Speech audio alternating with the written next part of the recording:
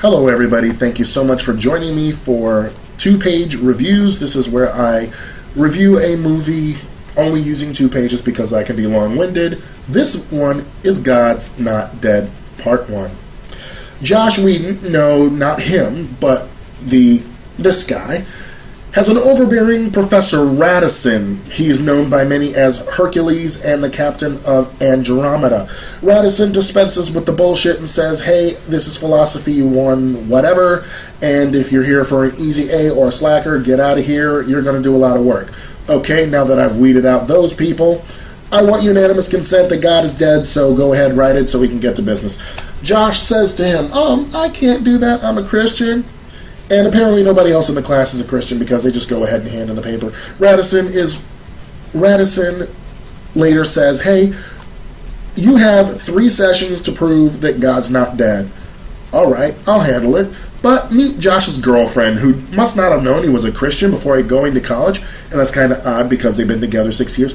Or the writers needed her to be a complete idiot who dismisses his faith and is one of the evil people of the world. She says this to him, dude, you're going to commit academic suicide and I have our life planned out, so don't follow it up, dummy. So Josh goes to a church where Pastor Dave, he has a subplot of a bromance with a minor token black character. Back to the video sermon. Josh says, he gets a scriptural reference from Pastor Dave that says, deny me in front of men and I'll deny you to the big man. This is Jesus saying this, by the way. Josh takes up the mantle of those 3 sessions. And all his arguments are very general. Like in the second session, he talks about free will being why evil exists in the world. But what about the victims of free will? Didn't they choose to be victims of evil? Not only that, but Professor Radisson has had to have heard this tired argument before. I'm sure a real philosophy professor would have pointed out how ridiculous that sounds. And in his 3rd session, he says that there's no morality outside of God and gives an example of cheating to pass a test to prove an objective force of morality. However, saying that people are only moral because of God is silly because we have culture, society, and other hierarchies that don't depend on a belief in God to hold their morality. So now to prove that Radisson is an evil atheist, Josh literally yells at him, why do you hate God? Radisson replies, because he took everything from me. So in essence, the movie violates its own reality because Radisson is not an atheist. He is a disappointed and bitter theist. Professor Radisson, on the way to a Newsboys concert to make up with his girlfriend, who he berates at a dinner, he gets fatally hit by a car. We heard that a lot of Christians actually cheered in the theaters when this happened. But white savior comes by and gives the disappointed theist some Jesus before he dies. He accepts, and so moviegoers like Lee Christians cheered even louder, or maybe they booed because they wanted the evil atheist to go to hell. Here are the subplots. Mina, who is the professor's girlfriend, she is somehow only has a problem with Professor Radisson's atheism because, well, video sermon. And then we see the butthole side of him like I cited before. He berates her. He actually dismisses her at a dinner. She's also looking after her mom, who has Alzheimer's and doesn't know that she has chicken every day, but it does make her happy to see the chicken. Spoiler, she does leave Radisson. And also she's the brother of Dean.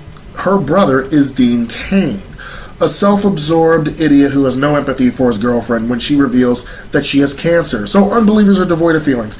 Amy, who is the girlfriend of Dean Cain, is evil because she doesn't like Duck Dynasty and that the fact that they kill animals, so it conflates liberalism with animal rights and then for evil. But they pray to Jesus, and that's the reason why she doesn't like Duck Dynasty.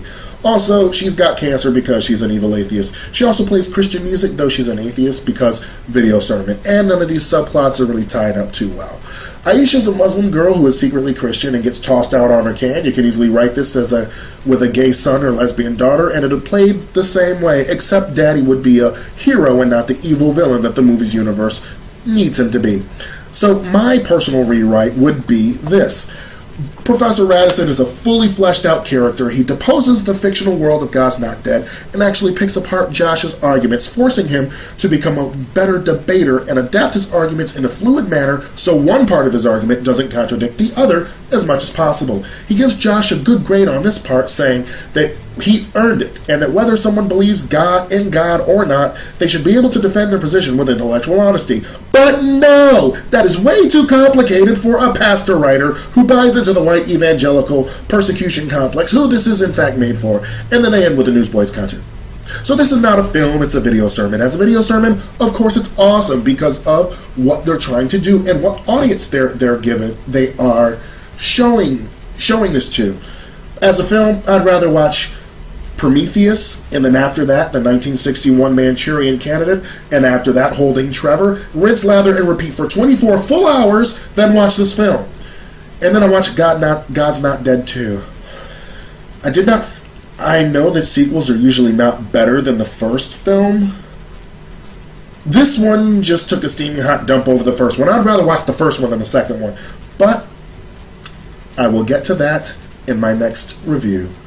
See you soon, and thank you for watching 2 Page Reviews.